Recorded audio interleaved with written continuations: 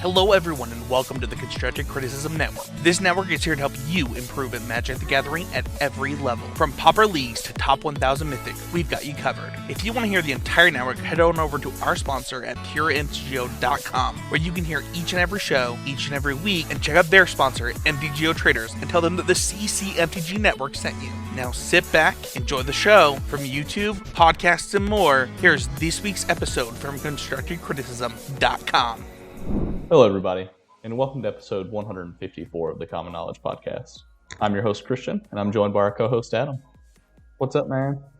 It's been an exciting couple of weeks, but we actually had a little bit of a exciting news drop today. That's great. We actually didn't catch up much before the show, so this will be the first time I'm hearing it as well. So, for those who have followed me before I started on this show, Homeward Path, you may have remembered I had a guest host on the show at some point named Brian Canada, who does the YouTube series where he is attempting to build every single commander as its own deck. He and I have been friends for a long time. He was one of my oldest Magic friends, to the point that he was one of the first people I played with at my first LGS in 2004. We found out this week he just got the keys to reopen his personal game store in Jackson, Tennessee. Heck yeah, man. What's it going to be called? Canada's Collectible Games. And it is going to be, for your excitement, directly off Interstate 40. Yeah, no, that's great. I'm in Jackson, Tennessee a lot, so... Or at least going through it. Yeah. Next time I'm there, I'll have to stop in. Well, we're still in the early parts of like setup and whatnot, but he got the keys today. We're going to get started moving stuff in and getting inventory built up, but I'm excited to have my FLGS back, my friendly local game store. A lot of people forget that first letter. That's a really great news. Going to be playing a lot of Pauper there, I hope. I intend to try. Okay. Outside of that, what else has been going on for you this week? The same old, right? We've been in a struggle with rental car companies and insurance companies because I've been trying to get my body work done on my car after somebody sideswiped me a couple months ago. But outside of that, nothing particularly out of the ordinary. I'm really, again, just floored to hear that you guys have another LGS opening up in Jackson. I don't know of any big ones out there. I could be missing one that I just don't know about. The one that I know of off the top of my head is Nerdvana, and they are as much like a GameStop competitor as they are an LGS.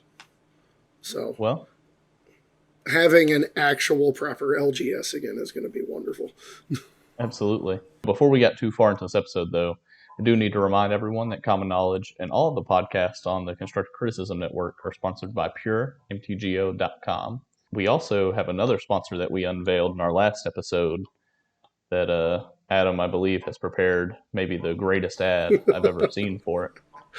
Hey, any time you get to make a joke like this, man. So, for those of you who may or may not know me, I've lived kind of in two major demographic areas. I've lived in the Mid-South and in the Plains in my life. And it's weird when you live down south because the cities never seem to be laid out very well.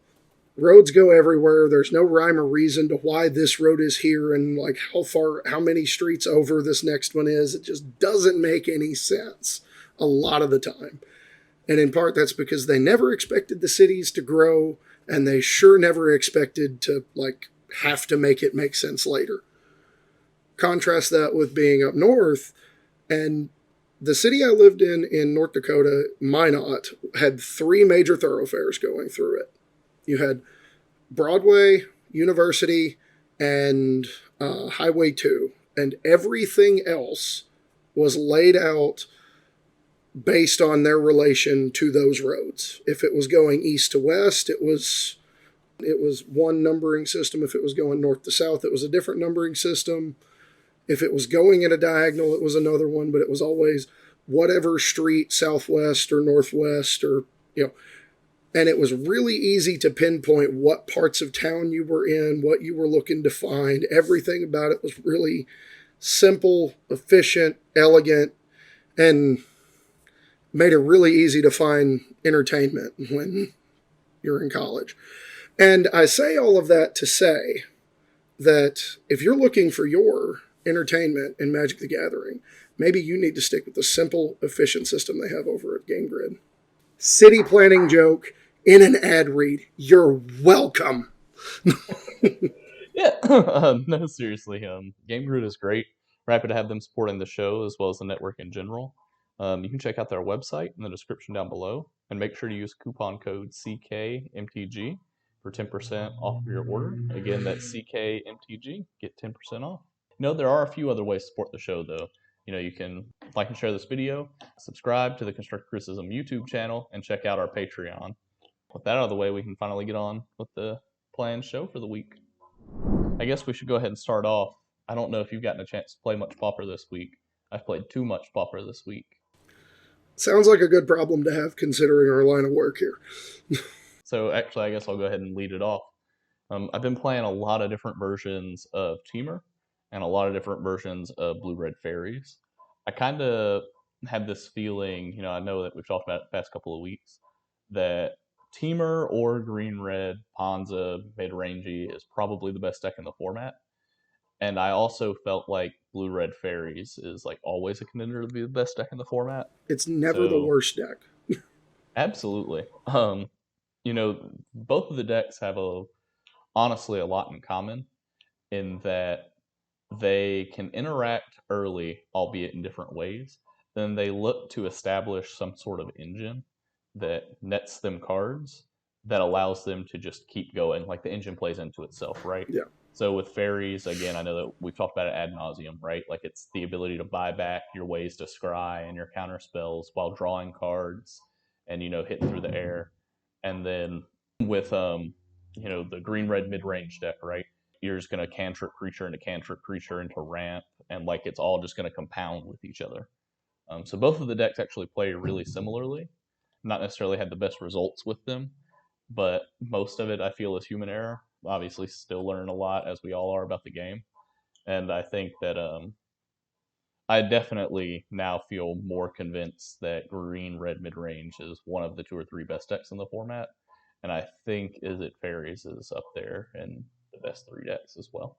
That puts you very much at odds with the entirety of Twitter that I read today. Hey, that's okay. You've been playing any cool decks? Not really anything cool. I've just been trying to make Mono Blue great. Still fine. I don't know if I'd go as far as to say it's great, but it's fine. Yeah. Well, at this point, Mono Blue isn't cool, but it is your child, and you have to live with it. Yes. It's my baby. Yeah, well. I got to use these skills for something. Right.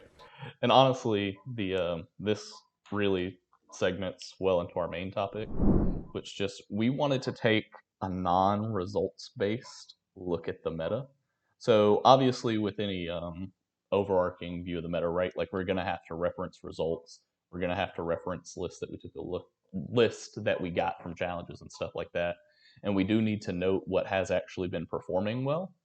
But we really want to break down what we feel the top decks are from a gameplay perspective this week.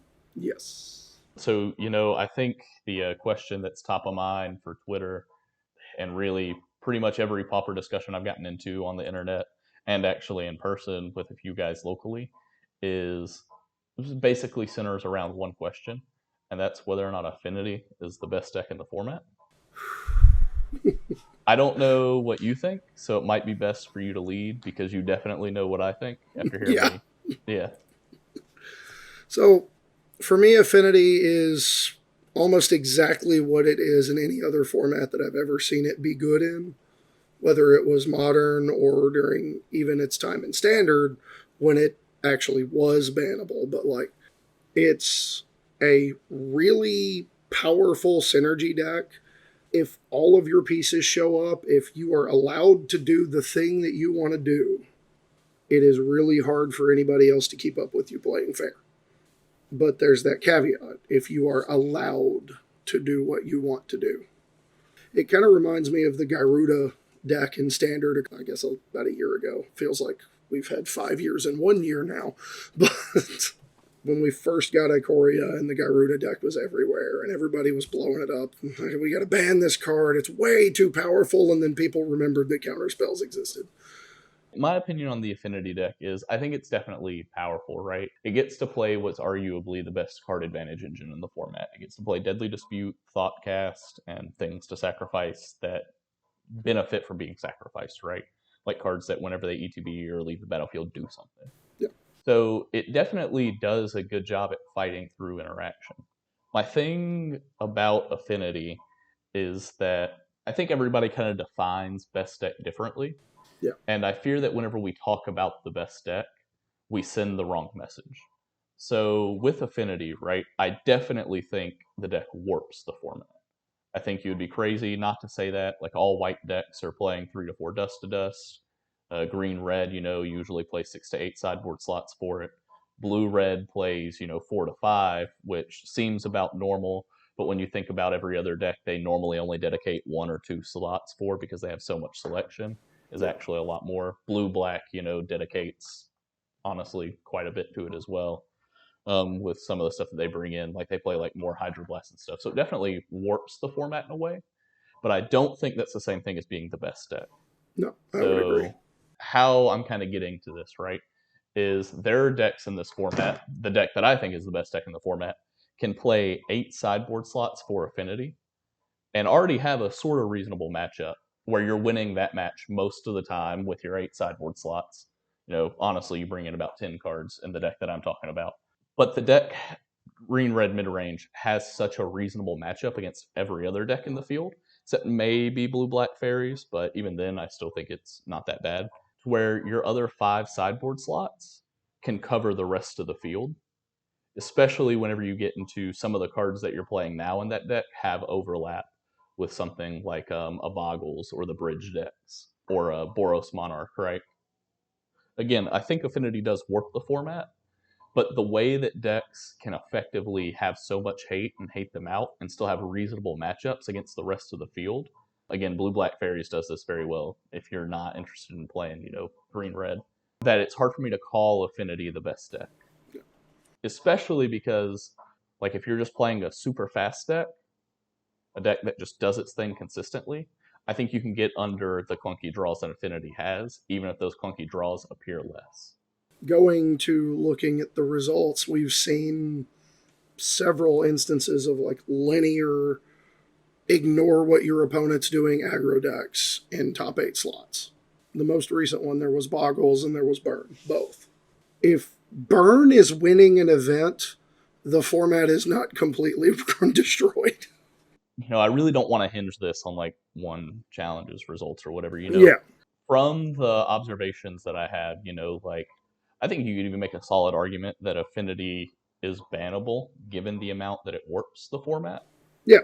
But whenever I see like, hey, Affinity is the best deck, I think it is a fundamental miscommunication that discourages innovation from a format that really has a lot of viable decks. Which, kind of gets me into part 2 of this. I think that there's really a top, 4 decks in the format, but I think there are tons of decks that could be viable under the right conditions. Yep. I know that you feel sort of similarly. I don't know, like, if you have a tier list in your mind of, like, what decks are viable if I wanted to go win at my local LGS or a challenge tomorrow. There's a couple that come to mind. I've been on the receiving end of some unfortunate events from some of them. The Familiars deck is one of them that comes to my mind. We said that on one of the previous episodes. It feels like the best deck that nobody's playing. Yeah, I think Familiars is definitely up there. It's, again, just one of those decks that creates its own value engine while also disrupting you, right? And sometimes the cards that disrupt you also create the value engine. I think Familiars is definitely up there. Obviously, you talked about it. A lot of people are going like, hey, where is aggro in this meta? I think aggro actually just sort of is revealing itself in slightly different ways, which it has tended to do in Pauper. So Red Black Burn is an example. Also Boggles is an example. It's like a go tall aggro strategy or a spell based aggro strategy. Like, just because it's not small animals committing acts of graphic violence upon your opponent's face doesn't mean it's not aggro. Obviously, again, I think I've rounded out the rest of my top three like already. Blue Red Fairies, Yep. Boros Monarch, We Red agree on Green. blue red. Yeah. And red green. We agree on both of those. Those are phenomenal. Yeah. Acid Moss fetching Snowlands feels unfair somehow. It's one of those cards. Like, I have vivid memories of playing, 3 mana land destruction spell into Acid Moss when they were in standard, and getting to do it in Pauper is just like, being a teenager in the best possible way all over again. Yeah, we sharing a screenshot in like a small Discord group that I'm a part of people that I'm trying to get to play Pauper, of like my turn 2 is at the end of the turn, I leave with 6 available mana for my next turn on turn 3 and have blown up an opponent's land. Forest, Arbor Elf, untap, Forest, Utopia Sprawl, make 4 mana with the other Forest and Arbor Elf, blow up your land, fetch another land, and then all of a sudden on next turn you have at least 6 mana. And if you draw a land, Magic is fun, kids. yeah, absolutely. And like, obviously that's like a dream scenario, but a lot of what Right. makes the deck really good is like if I go turn 1 Arbor Elf and you go like turn 1, Mountain Bolt the Arbor Elf, I'm still gonna have the availability to next turn go like Forest, attach Utopia Sprawl to my other Forest, and foretell Packmate. And all of a sudden, like I feel like I executed what my deck's real game plan is, anyways, which is just like prepare to play creatures that draw cards. All your removal spells are bad now. Let's have a good day. I think another thing that helps a lot of these decks that I view as the best decks is they have diversity in how the decks are built. That's a strength of blue red. We were going through a blue red list recently, and I was looking at it and I was like, man, this deck has like 8 flex slots and 12 cantrips. I'm kind of looking at the deck like sort of playing like a 22 card sideboard here, which like really helps if I want to dedicate 6 cards of my actual sideboard to affinity. Like the fact that like I can go like double Fire Ice, double Spell Pierce, double Abrade, or like cut one of those 6 cards and play a Crimson Fleet Commodore to have like something big to close the game quickly against the other like slower decks, and to establish the Monarch, which is a great way to win in those matchups. Yeah, because That that deck is like, phenomenal with the Monarch. or you can cut a lot of those cards entirely and play 8 ninjas and 12 fairies. There's just a lot of diversity in how those decks can be built. And I feel exactly the same way about Boros, right? Boros doesn't have that card selection, but it draws so many cards and has so many ways to delay the game that, as well as having these micro archetypes, you can also afford to play like a random Abrade somewhere to hedge against, other Monarch decks, for example. Boros is one of my. I can't get my list down because of all of the different options, right? Like, I can't figure out which selection of them I want to play. Yeah, I'm almost positive that Boros is a phenomenal deck, and I'm not smart enough to play it or build it. I kind of like lose to it every other league, and then form my opinions based off of my hundreds of losses. Again, just like the diversity in, I think, the way that you can build the top decks. The decks that I perceive to be the top decks are why I think they're a top deck. Like, even blue black sort of has this going on, right? Where like I played against a blue black list that I was literally chatting with my opponent in MTGO chat. They were like, "Yeah, I really respect the ramp deck as well as affinity, and like a way to get under both of those is to play 4 spell pierce and like just trim on like some of your fat and like Garmag anglers and like extra removal spells." And it's like, hey, I agree. That is a good way. Not for nothing, this is an older piece of technology, but it checks out. Is another way to get under people is to just play the old Striped River Winder Exhume package. My Delver is a 5/5 hexproof. Right. Do something about it. I don't know if you know this about me. My old favorite deck in Pauper was Red Black Reanimator. And eventually that turned into Jund Reanimator, where I wanted to play the like Striped River Winder, but it was like the green cycling big creature. I don't Yeah, remember yeah, what yeah. it's called The anymore. sandworm. because like it couldn't be blocked by like all the little dudes that were running around. And, It's a 7/7. yeah, because that was like Boros and Stompy format sort of deal when I really got into that deck. That's when I got into it as well, into the blue-black with Riverwinder. Whenever somebody says Exhume, I like feel my muscles tense. I'm like ready to cast Exhume 4 times and it never resolved. That's what was going on in the format. If you don't know, now you know. I remember I was playing like 4 Shred Memory in my main deck to like really get like any other decks that were playing the graveyard, but also could go tutor my Exhume. So it was like I had like 8 Exhumes. Like everybody was building those decks as like a glass cannon, and I was just like so intent on like, no, this is like a mid-range deck. We're gonna interact. No, I know it's supposed to be broken, but I'm gonna do it fair. Yeah. Well, to me, that was like a lot of the decks in Pauper, you know, could apply pressure, but if you interacted like 2 times, sometimes they would stumble. And it was like, well, my deck's gonna stumble doing its thing anyways, because it's red-black Reanimator. You know, it's not good. So it's like I might as well make you stumble with me, and then you can't beat the 8/8. It's like when you get Thought Seized playing Mono Blue and Pioneer. Like, joke's on you, all of my cards are bad. Exactly. But, you know, to kind of refocus back on present day Pauper, you know, the other main thing that I think is honestly really consistent with how these top decks play out. So again, you know, this could be Affinity, this could be blue-white familiars, green-red, Boros, in either of the fairies decks, is that they have this ability to establish some sort of value engine quickly. So, you know, within the first 3 or 4 turns. In some of those decks, it's the first 1 or 2. But also, they have a tendency to, if your opponent's doing something, be able to interact. They just interact in different ways. So, you know, with some of them, it might be removing your opponent's stuff. But like in a deck like green-red, it might just be, okay, I'm going to sit back with my 4/4s, and you can just never attack me.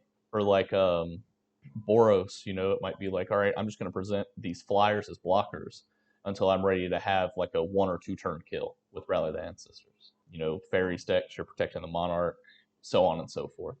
So I think that that's where the real game in Pauper lies, is establishing some sort of value engine, and just while you're setting that up, recognizing that your cards are good enough that all you have to do is not die with them. And I think all of the top decks have the ability to do that. And when we boil it down to that, Affinity fits directly into that mold. It's not fundamentally different from that.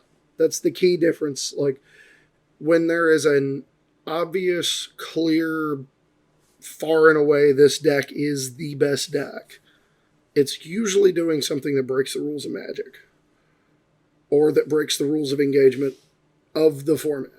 And you just laid them out, and Affinity just does that, maybe a half a turn faster. I don't want all this to be like Christian doesn't think, or Adam doesn't think, that Affinity is a very good deck in Pauper. It is incredible. That, like, yeah, like, don't get me wrong. Like, I think, you know, play your 8 sideboard cards, but just make sure, like, if your goal is to win, right, just choose a deck that either can functionally have more sideboard slots by having a lot of flex space and a lot of card selection or card advantage, or play a deck that's so strong that, you know, 5 sideboard cards is good for you. Like, I kid you not, in green-red, I ran through a league, and this probably ended up being in the challenge that I play this weekend, where I was playing like 7 cards for Affinity and 4 Weather the Storm on my sideboard. And it's like, I felt fine against everything else, you know? I stand by that, right? 4 like, Weather the Storm is a decision, and I respect it. Yeah, well, you know, it's good because if you cascade into it, you're weathering the storm for 2. And if you don't cascade into it, your opponent casts like 3 burn spells and then quit. Oh, that third one's on the stack. Yeah, no. Yeah. Also, you know, some of the builds that like you toy around with also just randomly get to play like Pulsa Marasa in the main deck. Because I've noticed like an uptick in some of these decks playing like low to the ground removal to try and get your Arbor Elf. So it's like turn 1, you'll play Arbor Elf, and they'll remove it. So turn 2, you'll you know, foretell your packmate, and they'll start pointing stuff at your face. So then turn 3, you'll Pulsar Marasa back your Arbor Elf, and be good to go. And also just blank 2 bolts out of the burn deck. Well, there are no unitaskers in this house.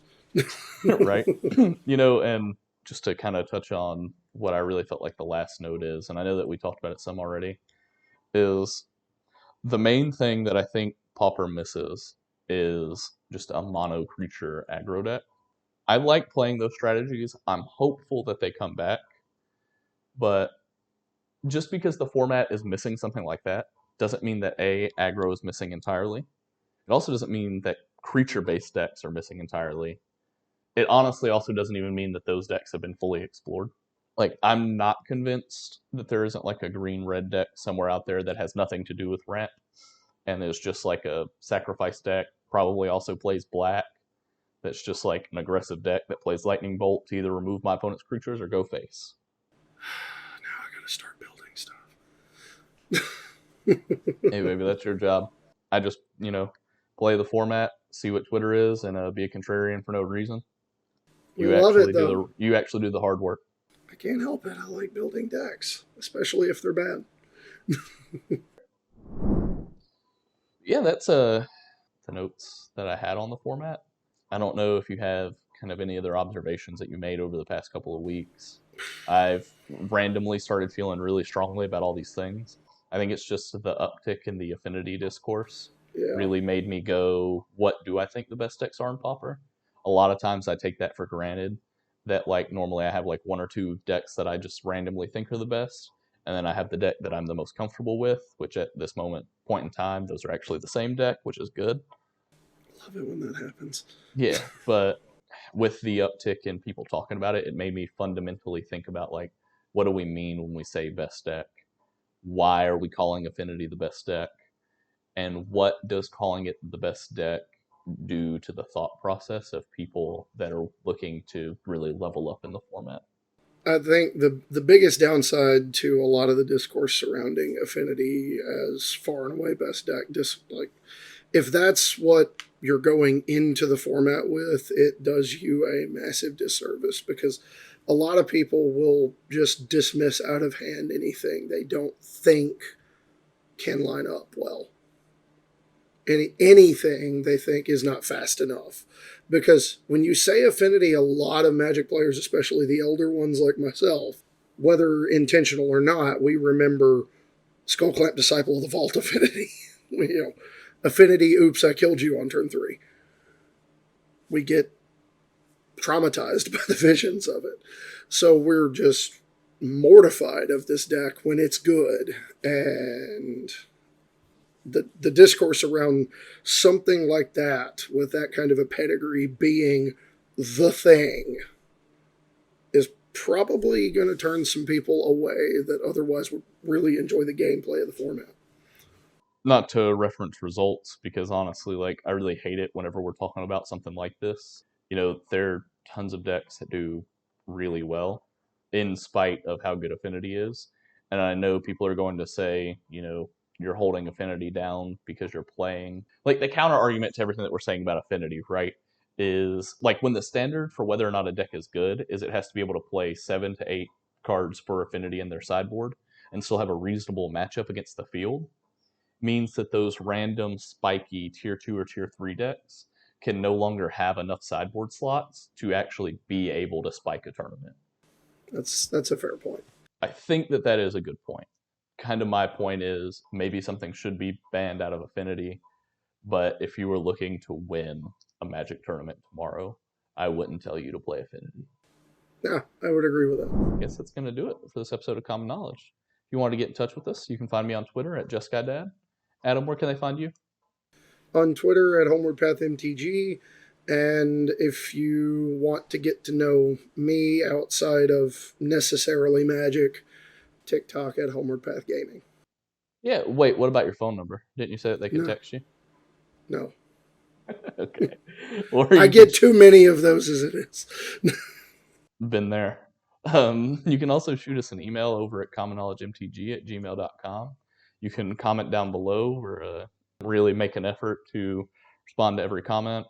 Just wanted to thank our sponsors again, puremtgo.com and GameGrid, as well as the Constructive Criticism Network, for letting us be a part of it. And last, but certainly not least, thank you for listening. take very good care of each other, and never stop brewing.